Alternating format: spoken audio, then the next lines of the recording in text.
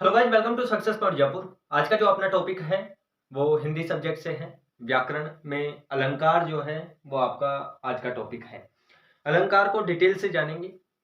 शब्दालंकार और अर्थालंकार, उसकी परिभाषाएं और उनकी शॉर्ट ट्रिक्स कि किस प्रकार से यदि पेपर में आता है तो हम उस वाक्य को पढ़कर, उस काव्य को पढ़कर, उसको पढ़कर हम किस प्रकार से बता सकते हैं कि इसमें कौन सा शब्द है।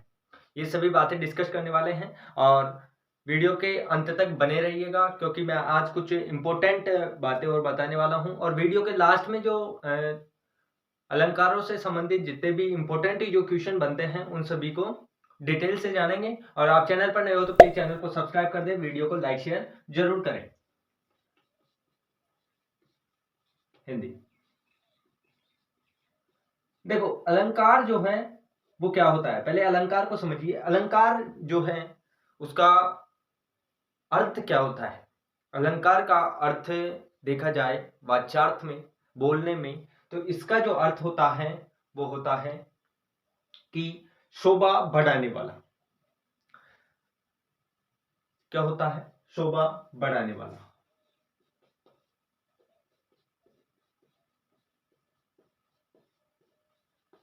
शोभा बढ़ाने वाला अलंकार होता है, शोभा बढ़ाने वाला। अलंकार को आभूषण भी कह सकते हैं। जिस प्रकार जो तन की, अपने शरीर की शोभा क्या बढ़ाते हैं, आभूषण बढ़ाता है, उसी प्रकार जो काव्य की जो शोभा है वो कौन बढ़ाता है, वो बढ़ाता है अलंकार। तो इससे हम आभूषण भी कह सकते हैं। काव्यों का आभूषण जो होता है वो होता है अलंकार। अलंकार मुख्य दो प्रकार का होता है, एक तो शब्दालंकार और दूसरा होता है अर्थालंकार। देखो, पहला आप देख लीजिए,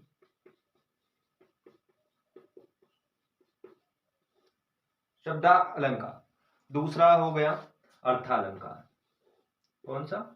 अर्थालंकार। देखो, ये मैं इसलिए बता रहा हूं कि आपको थोड़े बेस से, मतलब यदि मैं श्लेष, रूपक, यमक वैसे बता दूंगा, उनके ट्रिक्स बता दूंगा, फिर भी आपका ये कंप्लीट नहीं होगा कि अलंकार का अर्थ क्या होता है और उसके कितने प्रकार होते हैं। फिर इसमें बताऊंगा कि शब्दालंकार कौन से होंगे और अर्थालंकार कौन से होंगे। बिल्कुल। और आपको उसकी एक शॉर्ट ट्रिक, उसको पहचानने की, एग्जाम में आए तो उसको पहचानने की आपको ट्रिक्स बताते चलूंगा साथ के साथ। देखो, शब्दालंकार में अपन पढ़ने वाले हैं पहला तो श्लेष में अलंकार। श्लेष कौन सा? श्लेष। श्लेष अलंकार के बारे में बात करेंगे। दूसरी बात करेंगे यमक के बारे में। ये लो जी। अब अर्थालंकार। अर्थालंकार के बहुत सारे भेद आते हैं आपके। उपमा, रूपक, उत्प्रेक्षा, मानवीकरण, विरोधाभास, ये जो सारे हैं इन सब की बात करने वाले हैं। जैसे उपमा, रूपक, उत्प्रेक्षा, मानवीकरण, विरोधाभास,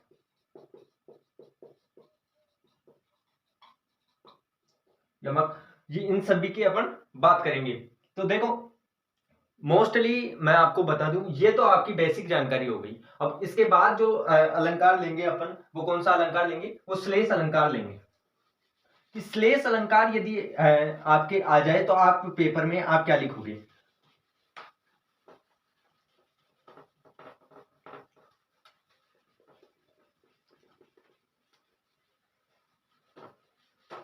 देखिए गाइस,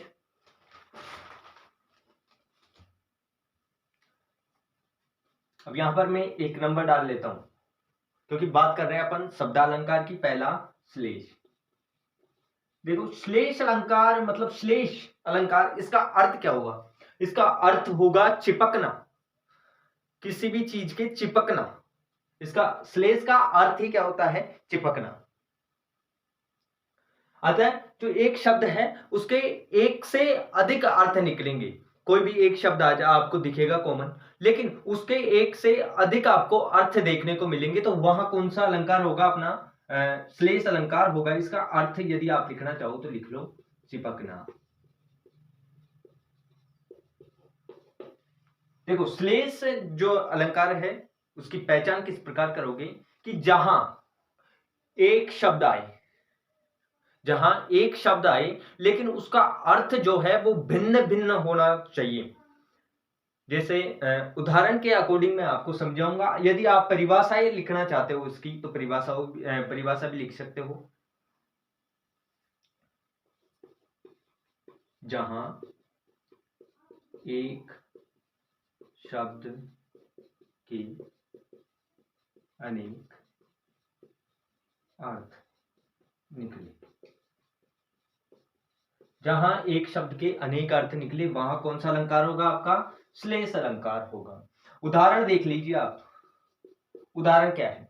उदाहरण है कि जो रहीम गति दीप की कुल कपूत गति होई, बारे उजियारो करे बड़े अंधेरो होई।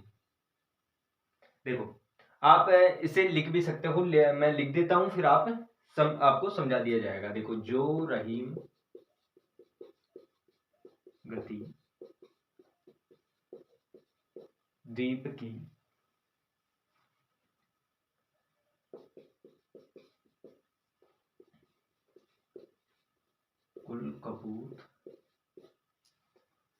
कुल कपूत गति होई,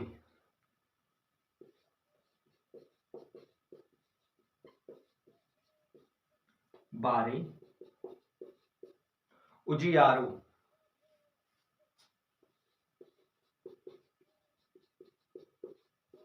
करे बड़े अंधियारो होई। देखो, आपकी ये चीज दी गई है, ये आपका उदाहरण है। उदाहरण लिखना भी कई बार यदि पूछ लिया जाए आपकी बोर्ड एग्जाम में, तो आपको उदाहरण भी देना है। जो रहीम गति दिन दीप की कुल कपूत गति होई, बारे उजियारो करे बड़े अंधेरो हो। तो देखो, यहां पर जो शब्द है बारे और बड़े, इन दोनों शब्दों को आप गौर से देखिए। बारे उजियारो करे बड़े अंधियारो होई, मतलब जो रहीम दास जी हैं वो दीपक की और कपूत की दोनों की बात बताते हुए कहते हैं। देखो, यहाँ पर बारे उजियारो करे बड़े अंधेरो हुई, यहाँ पर एक तो बढ़ने के अर्थ में जो बढ़े का बढ़ने के अर्थ में प्रयोग किया जाएगा, और बारे यहाँ पर इसका जो बढ़ने का, एक तो बढ़ने के रूप में प्रयोग किया जाएगा बढ़े का, और एक किया जाएगा कि जो कपूत होता है उसकी संगति को लेकर कि वो डुबो देगा, जो परिवार का नाम वो डुबो देगा। तो यहाँ पर यहाँ से ये पता चलता है। तो ये जो शब्द है बारे और बड़े, इनके अनेक अर्थ, दो अर्थ निकल रहे हैं, मतलब अलग अलग अर्थ निकल रहे हैं। तो यहां पर कौन सा अलंकार होगा? आपका श्लेष अलंकार होगा। इसके बाद देखते हैं यमक अलंकार।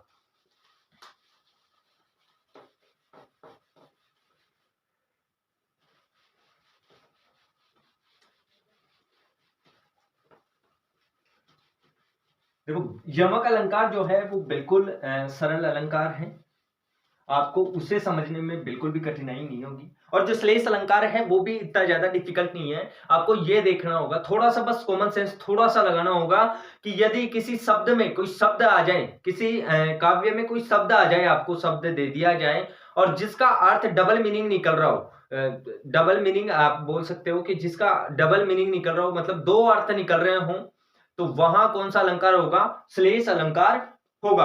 अब देखो, यमक दूसरा लिख देता हूं, यमक। ये इतना सरल है, आपको पहचानने में कि बिल्कुल भी कठिनाई नहीं होगी। देखो, यमक क्या होता है? अलंकार वहां होता है जहां एक शब्द बार बार आए लेकिन उसका अर्थ भिन्न हो। श्लेष में आपको क्या बताया गया कि कोई शब्द है वो एक ही बार आए लेकिन उसका अर्थ दो निकलेंगे। ओके, और यहां पर है कि वो शब्द बार बार आए, वो शब्द एक ही शब्द बार बार आए लेकिन जो उनका अर्थ है वो भी भिन्न होना चाहिए। जैसे कनक कनकता सोगुनी मादकता दिखाई, तो यहां पर एक तो कनक का जो अर्थ है वो धतुरे से लिया गया है और एक कनक का जो अर्थ है वो सोने से लिया गया है। तो आप यहां लिख सकते हो कि जहां एक शब्द की बार बार आए, मतलब जो जहां एक शब्द बार बार आए।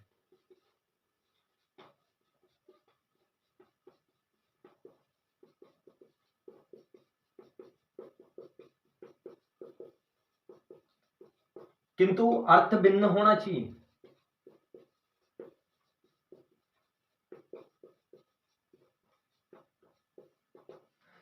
आपको उस वाक्य को पढ़ते ही पता चल जाएगा कि किस प्रकार से किसी वाक्य में दो शब्द आएंगी, एक शब्द है उसकी बार बार आवृत्ति होगी, लेकिन क्या होगा कि वहां पर जो है अर्थ अलग अलग होंगे, और एक ही शब्द की बार बार होगी तो वो अर्थालंकार में आते हैं, वो मैं आपको बता दूंगा। ये शब्दालंकार के दो रूप थे, श्लेष और यमक। श्लेष में क्या होता है मैंने बता ही दिया कि कोई भी जो शब्द है उसके डबल मीनिंग निकलेगा, और इसमें क्या होता है कि कोई एक शब्द है वो बार बार आए, जैसे आप देख सकते हो काली गठा का कमंड गठा, उदाहरण देख लीजिए, काली गठा का घमंड गठा। अब देखो यहां पर एक तो ये गठा है, इस गठा का मतलब है बादलों का, जो बादल हैं उनसे रिलेटेड है, बादलों का गुच्छा। काली गठा मतलब बादल हैं, तो बादलों का गुच्छा अपन काली गठा बोल सकते हैं। और एक घमंड गठा, तो घटना का यहाँ पर कम, मैं उसका जो घमंड है वो कम हो गया, घट गया, तो यहाँ पर एक तो कम से लिया गया है और एक लिया गया है बादलों के गुच्छे से।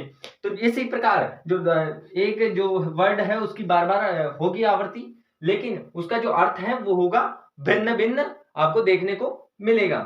जैसे एक उदाहरण और ले लीजिए कि कनक कनकते सौ गुनी मादकता अधिकाय, ये तो आप सभी को याद होगा, ज्यादातर यही पूछा जाता है। कनक कनक ते सौ गुनी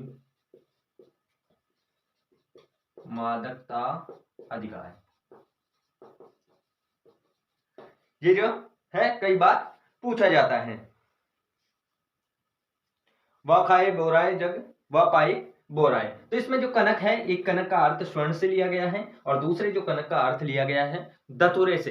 तो आपको ये पता हो गया कि जहां एक शब्द बार बार आए किंतु उसका अर्थ भिन्न हो, तो एक शब्द आपको दो तीन बार भी आ सकता है, तो आपको मोस्टली आपको दो ही बार देखने को मिलेगा, तो दोनों का अर्थ अलग अलग होगा।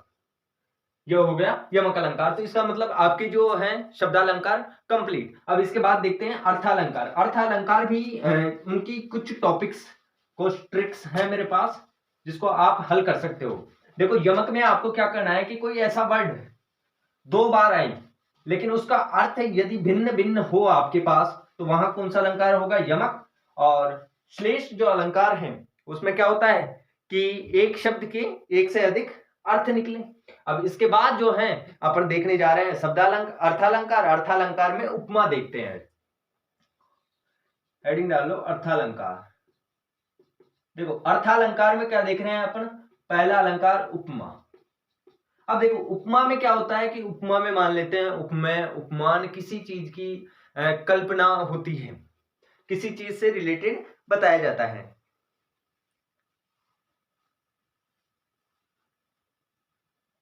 देखो उपमा जो अलंकार है उसमें क्या बताया गया है कि कोई चीज है, कोई व्यक्ति है, उसकी जो है किसी दूसरी वस्तु से तुलना की जाए। कैसे, आप समझे नहीं होंगे। उपमा अलंकार है, बिल्कुल सरल अलंकार है, इसको आपको समझने में बिल्कुल भी दिक्कत नहीं होगी, ये मैं 100% आपको गारंटी दे रहा हूं।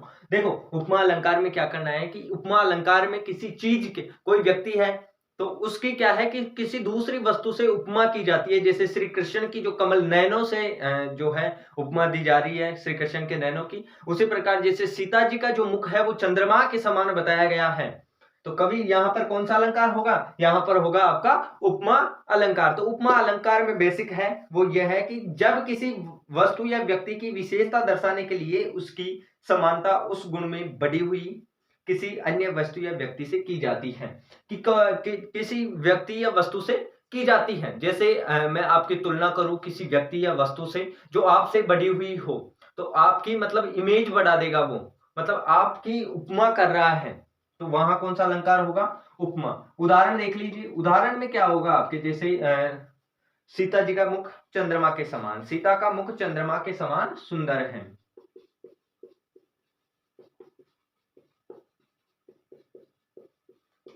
चंद्रमा के समान सुंदर है। अब देखो यहां पर सीता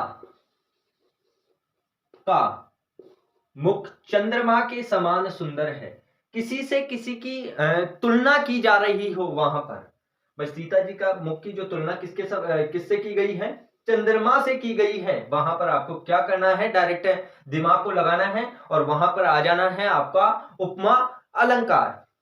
तो ये आपका कंप्लीट हो गया है उपमा अलंकार। एक दो जो है आपके उदाहरण वो मैं बता दूं कि वह दीप सिक सी शांत भाव में लीन, हाय फूल सी कोमल बच्ची हुई राख की थी ढेर। देखो आपकी बुक में एक दे रखा है, ये बहुत ही इंपॉर्टेंट है। हाय फूल सी कोमल बच्ची हुई राख की थी ढेरी। मतलब कोमल जो बच्ची है उसकी संज्ञा किससे दी गई है, हाय फूल सी कोमल बच्ची हुई राख की थी ढेरी। मतलब कोमल के समान जो बच्ची की संज्ञा किससे दी गई है, कोमल के समान। तो यहां पर कौन सा अलंकार आपको आना चाहिए, उपमा अलंकार की। आपको ये देख लेना है कि जहां पर किसी को बड़ा चढ़ाकर दिखाया जाए कि वो उसी के समान है, वो उसके समान है, मतलब उपमेय के जो दिया जाए, उपमान दिया जाए, तो वहीं आपको समझ लेना है कि वहां कौन सा अलंकार है, उपमा अलंकार। अब देखो इसमें अंग, उपमा के जो अंग हैं उनकी भी बात कर लूं। उपमा जो अलंकार है उसके दो अंग हैं, आपको यहां पर समझने में बहुत ही आसानी होगी, उपमेय और उपमान। अब आप बोलोगे कि ये क्या है, अलंकार तो ये है उपमा। अब उपमा अलंकार के दो अंग हैं मुख्यतः, उपमेय और उपमान। अब उपमेय, उपमेय क्या है कि जिससे समानता की जाए, और उपमान होता है कि प्रसिद्ध वस्तु। जैसे इसी वाक्य में देखते हैं, मैंने अभी बोला कि उपमेय की जाती है, उपमान किया जाता है, किससे किसका। अब देखो ये सीता जो है यहां पर, ये क्या हो गया, ये हो गया उपमेय। उपमेय क्या है इसमें, सीता। और उपमान क्या है, कोई भी वो वस्तु जिससे उसकी समानता बताई गई है या उसे बड़ा चढ़ाकर बताया गया। तो यहाँ चंद्रमा, तो चंद्रमा यहाँ क्या हो जाएगा, उपमान, और उपमेय क्या होगा, सीता। कई बार ऐसा भी पूछ लिया जाता है कि इसमें जो ये वाक्य दिया गया है इसमें उपमेय और उपमान बताइए। तो आपका ये भी आपका सोल्व हो गया। इसके बाद जो है आपका है रूपक अलंकार। रूपक अलंकार जो है उसकी कुछ जो है नोट्स आप लिख भी सकते हो।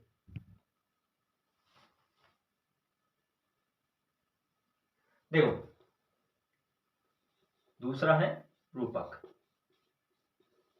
ये जो अलंकार है कुछ आपके लिए कठिन होगा समझने के लिए, लेकिन मैं आई होप मैं कोशिश पूरी करूंगा आपको समझाने की। देखो रूपक अलंकार में क्या होता है, ये होता है कि उपमान को उपमेय पर आरोपित जो है किया जाता है, उपमेय का उपमान पर जो है आरोप लगाया जाता है। कैसे, अब मैंने उपमेय के अभी आपको बताया, जैसे उपमेय क्या हो गई, सीता, और उपमान कौन हो गया, उपमान हो गया आपका चंद्रमा। अब उपमान को उपमेय पर आरोपित, यहां लिख लीजिए आराम से, मैं आपको समझाऊंगा। उपमान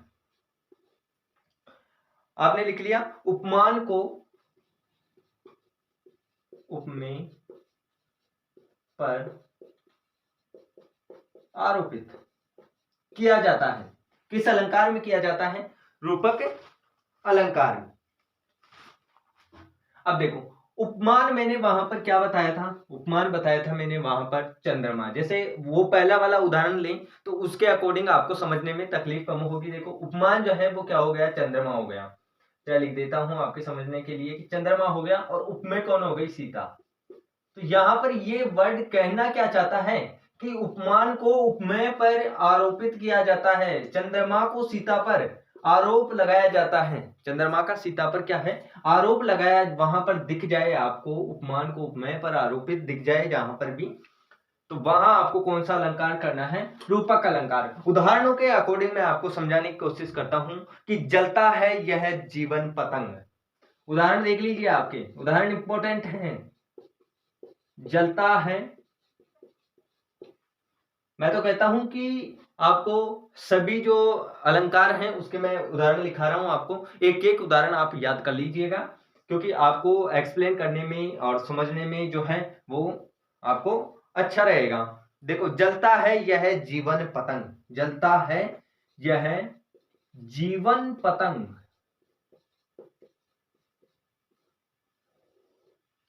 एक और उदाहरण आप लिख लीजिए, उससे भी आपको मैं समझा दूंगा। पायो जी मैंने राम रतन धन पायो, ये काफी फेमस लाइनें हैं मीरा जी की। पायो जी मैंने राम रतन धन पायो, काफी प्रसिद्ध लाइनें हैं मीरा जी की। पायो जी मैंने राम रतन धन पायो, ये मैंने जो अंडरलाइन कर दिया ये वर्ड, यहीं पर जो है इसका राज छुपा हुआ है रूपक अलंकार का, कि किस प्रकार उपमान को उपमेय पर आरोपित कर दिया जाता है। देखिए, जहां गुण की अत्यंत समानता दर्शाने के लिए उपमेय और उपमान को अभिन्न अर्थात एक कर दिया जाता है।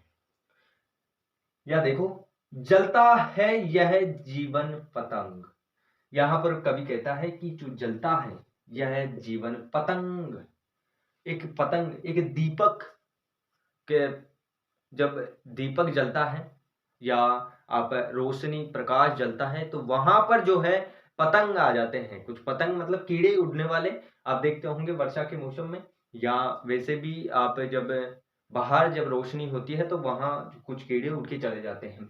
तो जलता है यह जीवन पतंग के समान जो यह जीवन है वो जलता है, मतलब इसमें जो उपमान को उपमेय पर क्या कर दिया गया, आरोप लगा दिया गया। यहां पर भी पायो जी मैंने राम रतन धन पायो, मतलब राम जी को किसके समान, रतन के समान बता दिया गया यहाँ पर। तो उसी प्रकार की अमूल्य जो धन है वो मैंने पा लिया। अब यहाँ पर राम का तो कोई जिक्र नहीं है, यहाँ पर कर दिया गया कि धन के समान किसको माना गया, राम को समान, राम को एक अमूल्य धन के समान माना गया। तो यहाँ पर उपमान को उपमेय पर जहां भी आप आरोपित दिख जाए, दोनों एक समान कर दिए जाएं, तो वहां पर आपका होगा रूपक अलंकार। आई होप आप समझ चुके होंगे। और आप यदि अलंकारों की जो क्लास के बाद में जो क्लास है वो समास की क्लास, वो भी आप ले सकते हो। और प्लीज आप चैनल पर नए हो तो प्लीज चैनल को सब्सक्राइब जरूर कर दें। और इसके बाद जो देखते हैं उत्प्रेक्षा, उत्प्रेक्षा जो अलंकार है आपके समझने में कोई दिक्कत नहीं होगी, बिल्कुल इजी जो है, बिल्कुल इजी आपका अलंकार है। मैं तो कहता हूं सबसे जो इजी आपका अलंकार आएगा वो उत्प्रेक्षा होगा, और उसमें से जो है वो क्वेश्चन भी कई बार पूछे जाते हैं। देखो उत्प्रेक्षा, तीसरा उत्प्रेक्षा, उत्प्रेक्षा अलंकार, यदि आपको इसके नाम याद नहीं हो रहे तो एक बार इनको 2-4 बार, ऐसा कोई भी चीज नहीं है उसे आप, कोई भी नई चीज आती है या मुझे पता लगे या आपको पता लगे तो, लेकिन वो जो है उसको समझने में ज्यादा टाइम लगाते हैं।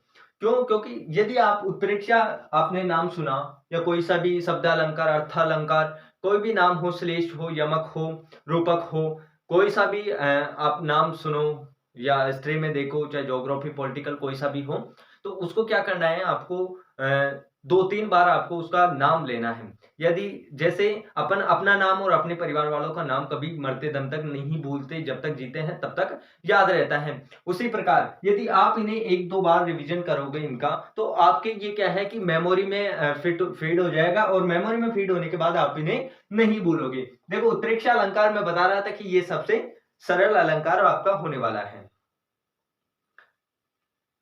देखो यहां पर क्या है कि उपमेय की संभावना और कल्पनाएं की जाती है। उपमेय की, उपमेय आपको मैंने बता दिया कि ऐसी कोई सी भी वस्तु जिसकी हम उसे ऐसी कोई सी भी जो वस्तु ले सकते हैं, या कोई व्यक्ति ले सकते हैं जिसकी उपमा दी जा सके हमें, कि वो उसके समान था, मैं उसके समान हूं, उसे अपन क्या कहते हैं, उपमेय कहते हैं। और यहाँ जो उपमेय की जो है वो कल्पना मात्र की जाती है। और यहाँ पर कुछ ऐसी ट्रिक बताने वाला हूं मैं आपको दोस्तों, कि आप बिल्कुल बेझिझक वो वर्ड आ जाए जहां भी आपको देखने में, आंख बंद करके आपको वो वहां कर देना है उत्प्रेक्षा अलंकार। देखो यहां पर वाचक शब्द मैं आपको लिखा रहा हूं, वाचक शब्द, कि ये शब्द आपको जिस भी वाक्य काव्य में आपको दिख जाए, जहां भी किसी भी लाइन में, तो वहां पर आप बेझिझक कर देना है आपको उत्प्रेक्षा अलंकार। उनमें आता है मनु मानो, मनु, मनु कहीं भी दिख जाए आप कर देना है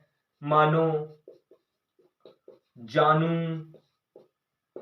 और भी कुछ वर्ड्स हैं, जनहु जानो, जनहु जानो, और भी है मनहु। ये जो वाचक शब्द आपको कहीं भी दिख जाए, काव्य में, वाक्य में, लाइन में, कहीं भी दिख जाए, वहां पर डायरेक्ट आपको जाना है कौन सा अलंकार, उत्प्रेक्षा अलंकार, बिल्कुल ये करेक्ट है, आपका करेक्ट होगा और इससे बाहर आपका नहीं जाएगा। और ये आपको ध्यान रखना है। एक उदाहरण भी आपको मैं बता दूं कि कहती हुई यों उत्तरा के नेत्र जल से भर गए, हिम के कणों से पूर्ण मानो हो गए पंकज नए। तो यहां पर जो है मानो, जो वर्ड लिया गया है कि पूर्ण मानो हो गए, तो यहां पर मानो आपको जानू देखने को मिल जाएगा, मनु, जनहू, जानो, मनहू, ये शब्द जहां भी देखने को मिले आपको डायरेक्ट उत्प्रेक्षा अलंकार कर देना है, बेझिझक आपको उत्प्रेक्षा अलंकार कर देना है, ये तो आप नहीं भूलोगे। तो चलो, और वीडियो को लाइक भी कर दिया करो। आगे देखते हैं। देखो, इसके बाद है विभावना, अपना चौथा अलंकार विभावना। अपन बात कर रहे हैं अर्थालंकारों की। शब्दालंकारों में दो पढ़े हमने, श्लेष और रूपक, इसके यमक। और इसके बाद जो है अपन पढ़ने वाले हैं विभावना। विभावना में क्या होता है? विभावना में उत्प्रेक्षा से भी सरल आपको मिल जाएगा कि काव्य में जहां कारण न हो फिर भी काम हो रहा है, ऐसा कोई सा भी पद आपको देखने को मिल जाए कि वहां कोई कारण नहीं है किसी भी चीज का, फिर भी कार्य हो रहा है, तो वहां आप कौन सा अलंकार करोगे? आप वहां करोगे विभावना अलंकार करोगे। जैसे बिन पदु, देखो आप एक जो उदाहरण है वो लिख लीजिए, और उदाहरण की सहायता से यदि आप समझोगे तो आपके लिए बेटर होगा। देखो, बिनु पद चले सुने बिनु काना, सुने बिनु काना। आगे वाली लाइन है कर बिनु करे, कर्म करे विधि नाना।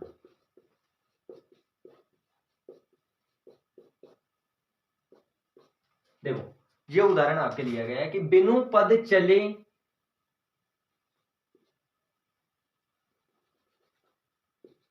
सुने बिनु काना, कर बिनु कर्म करे विधि नाना। यहां पर श्री राम जी की बात की गई है। यहां बताया गया है कि वो बिना पैरों के ही चल रहे हैं, कारण नहीं है, फिर भी कार्य हो रहा है आपको, कि बिनु पद चले, सुने बिनु काना, बिना कानों के सुन रहे हैं, कर बिनु कर्म करे विधि नाना, कि आत नहीं है फिर भी कार्य, विभिन्न प्रकार के कार्य कर रहे हैं। तो यहां पर जो है यदि कारण ना हो और फिर भी कार्य हो तो वहां पर होगा आपका विभावना अलंकार। और इसके बाद एक और अलंकार है आपका इसमें पांचवा, वो भी मैं आपको बता दूं। यदि आप इसे लिखना चाहते हो तो लिख लो, स्क्रीनशॉट लेना चाहते हो तो स्क्रीनशॉट भी ले सकते हो। देखो, मानवीकरण जो अलंकार आपको देखने को मिलेगा, कौन सा? मानवीकरण। मानवीकरण, ये जो अलंकार है ये सबसे सरल है, बस वो रूपक जो अलंकार था वो थोड़ा बहुत डिफिकल्ट था। देखो, मानवीकरण जो अलंकार है उसमें क्या होता है कि कोई भी वस्तु है, अमूर्त वस्तु है, पत्थर है, कोई भी वस्तु है, अमूर्त है, आपकी बुक है, आपके हाथ में पेन है, अमूर्त है, लेकिन वहां पर उस वस्तु को इस प्रकार से बताया जाता है कि वो मूर्त है, सजीव है वो चीज, वहां पर कौन सा अलंकार होगा? आपका मानवीकरण। यहां पर मानवीकरण अर्थ से ही आपको पता लग रहा होगा कि मानव, मतलब मानव सजीव है तो मानव के जो समान है वही यहां पर बताया गया है। देखो, यहां पर कोई भी वस्तु है उस पर मानवीय गुणों का आरोप लगाया जाता है, मतलब मानवों का गुण उसमें दर्शाया जाता है, वहां पर का कौन सा अलंकार होगा? मानवीकरण होगा। एक उदाहरण भी आप लिख सकते हो कि दिवसावसान का समय मेघमय आसमान से उतर रही। आगे है संध्या सुंदरी परिसी धीरे धीरे। देखो, यहां पर जो संध्या शब्द लिया गया है, संध्या, तो संध्या क्या है? अमूर्त है, लेकिन उसे मूर्त, सजीव दिया गया है कि संध्या जो है ऐसे एक परी के समान, ऐसे धीरे धीरे उतर रही है, धीरे धीरे उतर रही है, शाम हो रही है तो संध्या भी होगी, तो ऐसे धीरे धीरे उतर रही है, जैसे कोई सुंदरी धीरे धीरे उतर रही हो, तो उसको एक सजीव चित्रण दे दिया गया। वहां पर क्या होगा, मानवीकरण अलंकार। एक और अलंकार है आपका विरोधाभास अलंकार। विरोधाभास अलंकार बिल्कुल सरल है, विरोधाभास। देखो विरोधाभास अलंकार, जहां पर भी आपको किसी चीज का कोई भी विरोध करता हुआ दिख जाए वहां पर आपको करना है विरोधाभास अलंकार। और देखो विरोध जो कर रहा है इसमें क्या होता है, विरोधाभास यदि आप पढ़ रहे हो तो विरोधाभास में क्या होता है कि यहां पर विरोध का आभास आपको देगा। कोई भी चीज आप पढ़ रहे हो तो कोई भी लाइन आप पढ़ रहे हो लेकिन वहां पर आपको विरोध का आभास होगा, लेकिन वहां पर वो विरोध नहीं कर रहा होगा। असली में जो है वो विरोध नहीं कर रहा, लेकिन आपको आभास होगा एक विरोध का आस। तो इसका मतलब हो गया विरोधाभास, मतलब विरोध का सा आस होगा आपको, विरोध का सा भाव आएगा। जैसे एक उदाहरण है, या अनुरागी। देखिए परिष्कर की बुक से लिया गया है ये उदाहरण, हिंदी परिष्कर की बुक से है आपका एक उदाहरण है कि या अनुरागी चित्त की गति समझे नहीं कोई। या अनुरागी, समझिएगा, या अनुरागी चित्त की गति समझे नहीं कोई, जो जो बूढ़े श्याम रंग त्यों त्यों उज्जवल होई। देखो यहां पर कबीर का दोहा ले लीजिए, किसी का भी आप यदि कबीर का दोहा आप उठाओगे तो वहां पर आपको देखने को मिलेंगे विरोधाभास। यदि कबीर का तो आप उठा लोगे कोई सा भी दोहा तो वहां विरोधाभास अलंकार जरूर मिलेगा आपको, क्योंकि वहां पर गुरु की बात की गई है और गुरु की बात करते हुए कोई दूसरे पर जो टोंट कसा गया है मानव सभ्यता पर। तो इसी प्रकार आपको देखने मिलेंगे विरोध का बाज। इसमें बताया गया है कि या अनुरागी चित्त की गति समझे नहीं कोई, जो जो बूढ़े श्याम रंग त्यों त्यों उज्जवल होई। कि जिस प्रकार जो कृष्ण भगवान हैं वो किसके हैं, काले रंग के हैं, लेकिन जो काले रंग के हैं लेकिन उनकी भक्ति करने में, अब यहां पर बताया गया है कि उनमें डूबने में उज्जवल हो जाते हैं। यदि काले रंग में अपन डूब जाएं तो उज्जवल हो जाएं, ऐसा कुछ होता है क्या कि यदि अपन काले जो रंग में है डूब जाएं तो काले ही होंगे। लेकिन यहाँ पर भगवान की बताई गई है कि अपन जो श्री कृष्ण काले रंग के हैं यदि उनकी भक्ति में लीन हो जाएं तो अपना जो मन है, अपना हृदय है, अपनी जो भक्ति है वो उज्जवल हो जाएगी। तो इस प्रकार के जो आपको दोहे देखने को मिले या वाक्य आपको देखने को मिले, काव्य देखने को मिले, तो वहां पर होगा विरोधाभास अलंकार। तो ये थी अलंकारों की क्लास, आपको कैसी लगी प्लीज कमेंट में जरूर बताएं, और आपको मेरे से कौन सा टॉपिक पढ़ना है वो भी आप जरूर बताएं। और जीके की क्लास लेना चाहते हैं तो इसी चैनल पर एक बार विजिट करें। Thanks for watching the video.